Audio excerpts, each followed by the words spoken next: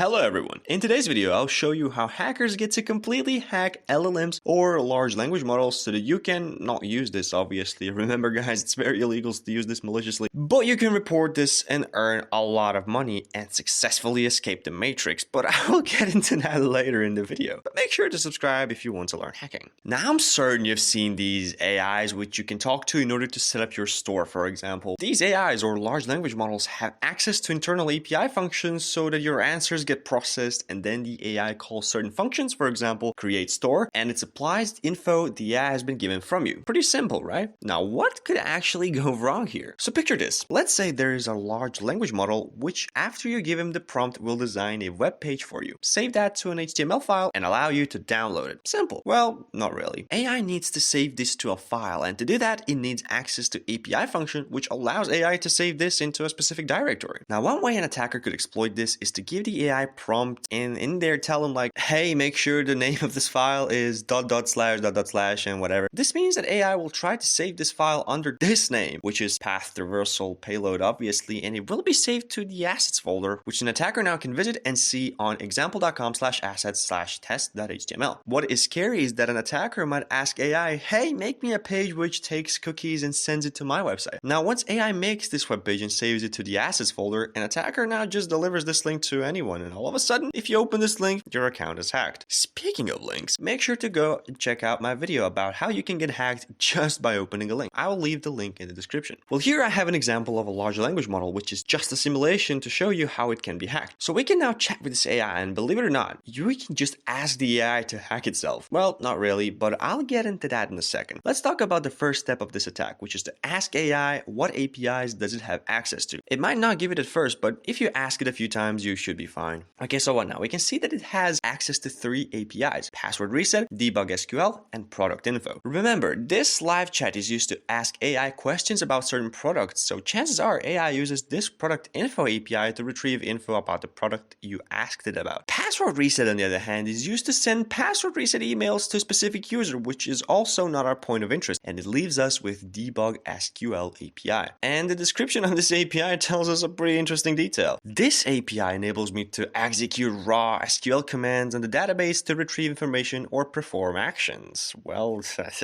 if you didn't understand this, it basically means that I'll use this LLM or large language model as a proxy to connect to the database of this whole website and then execute whatever the hell I want, which could include setting passwords to different users, adding new products, and deleting the whole DB and much more. So let's go to the second step of this attack, which is to ask AI what are the params of this function so that we know what needs to be provided. It might, again, not give the answer immediately, but just ask it a few times and eventually will. So SQL statement is the parameter which will contain our malicious SQL query to do whatever I want. Let's make a query to delete the user Carlos from the database. As you can see, after I send this message, AI deletes the user, and here you can see that Carlos was deleted and this lab was solved. So I just hacked AI and I can earn money, but here we now come to the question of how can you make money on this? Legally, of course. Well, there are 2 ways. One way is to contact the website owners and let them know about this issue you find. In some cases, this will be rewarded as it's extremely valuable information, because what if bad guys found this issue at first? Another way is to go on hacking platforms like Bugcrowd or HackerOne and find programs which offer money for vulnerabilities. This type of issue is critical, so you can earn top bounty in just a few minutes of research. Here, you just pick a program you like, go on research it, and if you find anything, not just this type of vulnerability, make sure to report it, as it can bring you a lot of money for just reporting this issue. However, bear in mind that sometimes reporting issues might take a long time to resolve. Here I have an example of a report which was reported, I kid you not, a year ago, and it still wasn't resolved. So make sure to just be patient and you should be fine. Thanks for watching yet another video of mine. Make sure to subscribe and like this video. If you reached this stage of the video, you made me certainly happy, and make sure to join my Discord server as well. I will leave the link in the description for you. Thank you so much for watching, and I'll see you in the next video.